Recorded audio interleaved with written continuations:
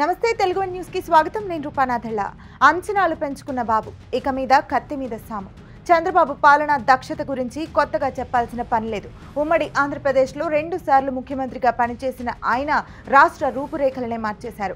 జంట నగరాలకు అదనంగా మరో మహానగరాన్ని నిర్మించి ఐటీ హబ్గా మార్చారు. అభివృద్ధికి బ్రాండ్ అంబాసిడర్గా, సంక్షేమానికి కేర్ ఆఫ్ అడ్రస్గా నిలిచారు. ఆ తర్వాత విభజిత ఆంధ్రప్రదేశ్ తొలి ముఖ్యమంత్రిగా చంద్రబాబు పేరు తప్ప మరేమీ మిగిలిన రాష్ట్రాన్ని దేశంలోనే అగ్రగామి రాష్ట్రంగా మార్చేందుకు ప్రణాళికలు రచించారు. ప్రపంచ స్థాయి రాజధానిగా అమరావతి నిర్మాణాన్ని ప్రారంభించారు. ఆంధ్రప్రదేశ్కు జీవనాడి వంటి పోలవరం నిర్మాణాన్ని పరుగులు పెట్టించారు. విభజిత ఆంధ్రప్రదేశ్ తొలి ముఖ్యమంత్రిగా 2014 నుంచి 2019 వరకు అధికారంలో ఉన్న 5 ఏళ్లలో రాష్ట్రాన్ని ఈజ్ ఆఫ్ డూయింగ్ బిజినెస్ లో వరుసగా 4 ఏళ్ల పాటు దేశంలోనే నెంబర్ 1గా నిలిపారు. ప్రపంచం నలుమూలల నుంచి రాష్ట్రానికి పెట్టుబడులు వెల్లువెత్తాయి. పరిశ్రమలు తరలివచ్చాయి. ఐటీలో హైదరాబాద్, బెంగళూరులకు ధీటుగా ఆంధ్రప్రదేశ్ నిలుస్తుందన్న అంచనాలు ఏర్పడ్డాయి. కారణాలేమైతేనేం 2019 ఎన్నికలలో వైసీపీ విజయం సాధించి జగన్ ముఖ్యమంత్రిగా అధికార పీఠం ఎక్కారు. అక్కడి నుంచి రాష్ట్రం అన్ని రంగాల్లో పతనం కావడం మొదలైంది. పరిశ్రమలు తరలిపోయాయి. పెట్టుబడులు వెనక్కిపోయాయి. అభివృద్ధి పడకేసింది. రోజువారీ ఖర్చులకు కూడా అప్పు చేయాల్సిన దుస్థితి ఏర్పడింది. దీనికి తోడు జగన్ కక్ష సాధింపు రాజకీయాలతో జనం విసిగి వేసారిపోయారు. ప్రభుత్వ విధానాలను ప్రశ్నిస్తే జైళ్లు నోర్లు తెరిచే పరిస్థితి ఏర్పడింది. ప్రజల బాధలు కష్టాలు పట్టని జగన్ సర్కార్ వారిని వేధింపులకు గురి చేయడంలో మాత్రం అన్ని రికార్డులను అధిగమించేసింది. జగన్ పాలనలో బాధలకు గురికాని వర్గం లేదు. అన్ని వర్గాల ప్రజలు జగన్ సర్కార్ అరాచక పాలనకు బాధితులుగా మారారు. 2014 నుంచి 2019 వరకు చంద్రబాబు పాలనను, ఆ తర్వాత 5 ఏళ్లు జగన్ పాలనను చూసిన జనం 2024 ఎన్నికలకు చాలా ముందుగానే ఒక నిర్ణయానికి వచ్చేశారు. వారి నిర్ణయం ఏమిటన్నది ఫలితాలు విస్పష్టంగా తేల్చేశాయి. అభివృద్ధి, ఉపాధి, మౌలిక సదుపాయాల కల్పన, సంక్షేమం, ప్రభుత్వ నిర్ణయాలు, రాజ్యాంగం అమలు, చట్టాలు, మానవత్వం, సమాజంలో నేరాలు, మహిళల భద్రత, వ్యవసాయం, ప్రజల కోసం పాలసీలు, నిధులు, వాటి వ్యయం, సమాజంలో అసమానతలు, విద్య, వైద్యం, ఇతర రాష్ట్రాలతో సంబంధాలు, కేంద్ర ప్రభుత్వం నుండి సహకారం, అప్పులు, నిధులను ఖర్చు చేయడంలో ప్రాధాన్యత, ఇలా ఎన్నో అంశాలలో 2 ప్రభుత్వాల మధ్య పనితీరును బేరీజు వేసుకొని జనం జగన్ పాలనకు చరమగీతం పాడారు. 2024 ఎన్నికలలో తెలుగుదేశం కూటమి అఖండ విజయం సాధించింది. చంద్రబాబు ముఖ్యమంత్రి అయ్యారు. చంద్రబాబు సీఎంగా అధికార బాధ్యతలు చేపట్టడం ఇది 4వసారి. ఆయన సీఎంగా బాధ్యతలు చేపట్టిన ప్రతిసారి తన పనితీరుతో, తన పాలనతో తనపై ప్రజలలో అంచనాలను విపరీతంగా పెంచేశారు. ఇప్పుడు ముఖ్యమంత్రిగా చంద్రబాబు పదవి బాధ్యతలు చేపట్టి పూర్తిగా 3 నెలలు కాలేదు. అప్పుడే జనం గత 5 ఏళ్ల జగన్ అధ్వాన పాలన తాలూకు బాధలను మర్చిపోయి బంగారు భవిష్యత్తు కోసం ఆశగా చంద్రబాబు వైపు చూస్తున్నారు.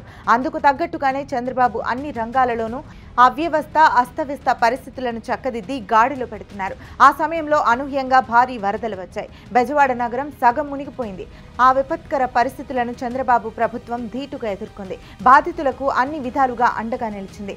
సాధారణంగా ఒక విపత్తు సంభవించినప్పుడు అధికారంలో ఉన్న ప్రభుత్వం కొన్ని విమర్శలను ఎదుర్కోక తప్పదు. ముంపు బాధితుల ఆగ్రహానికి గురికాక తప్పదు. కానీ చంద్రబాబు సర్కార్పై బాధితుల నుంచి సైతం ప్రశంసలు వెల్లువెత్తుతున్నాయి.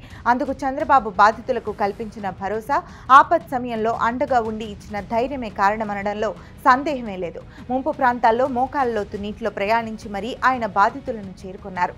తానున్నానన్న భరోసా ఇచ్చారు. చంద్రబాబు వరద బాధితుల సహాయ పునరావాస చర్యలతో సరిపెట్టలేదు.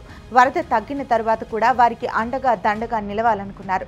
నిలిచారు. ముంపునకు గురైన గృహాలను ఫైర్ ఇంజన్ల ద్వారా శుభ్రం చేయించారు. ముంపు ప్రాంతాలలో పాడైపోయిన వాహనాలు, టీవీలు, ఫ్రిడ్జ్ వంటి వాటి మరమ్మతులకు ఆయా కంపెనీలు, బ్యాంకులు, ఇన్సూరెన్సుల కంపెనీలతో చర్చించి అవసరమైన సాయం సత్వరమే అందేలా చేస్తున్నారు. ముంపు గృహాలలో పాడైపోయిన ఆయా కంపెనీల ఉత్పత్తులకు ఉచితంగా మరమ్మతులు చేసేందుకు కంపెనీలు ముందుకు వచ్చాయంటే అందుకు చంద్రబాబు చొరవే కారణం. ఆయన ఒక్క పిలుపుతో తొలుత ఎల్జీ కంపెనీ, ఆ తర్వాత ఇతర కంపెనీలు ఉచిత మరమ్మతులకు ముందుకు వచ్చాయి. చంద్రబాబు చొరవే. ఆ మేరకు అది ముంపు బాధితులకు అనూహ్యమైన ఊరటే, వెసులుబాటే. ఇక పలువురు కార్లు, బైక్ మెకానికులు ముంపు ప్రాంతాలలో పాడైపోయిన వాహనాలకు ఉచితంగా లేదా నామమాత్ర ఛార్జీలతో మరమ్మతులు చేయడానికి స్వచ్ఛందంగా ముందుకొస్తున్నారు. తాను పనిచేస్తూ ప్రభుత్వ యంత్రాంగం చేత పని చేయించడమే కాదు, ప్రజలు కూడా స్వచ్ఛందంగా ముందుకు వచ్చి సహాయ పునరావాస కార్యక్రమం కార్యక్రమాల్లో భాగస్వాములయ్యేలా వారిలో స్ఫూర్తి నింపింది చంద్రబాబు నాయకత్వం.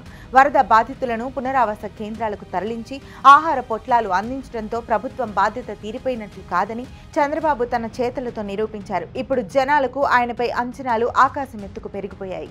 రాష్ట్ర ఆర్థిక సంక్షోభం, వ్యవస్థలలో పేరుకుపోయిన అవ్యవస్థ ఇవేమీ జనాలకు పట్టదు. వారి అంచనాలను అందుకునేలా ప్రభుత్వం పని చేయాలి.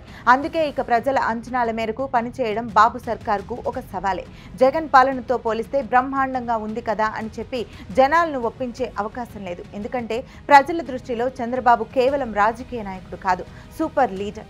ప్రజా సమస్యలను చిటికలో పరిష్కరించగలిగిన హీమ్యాన్.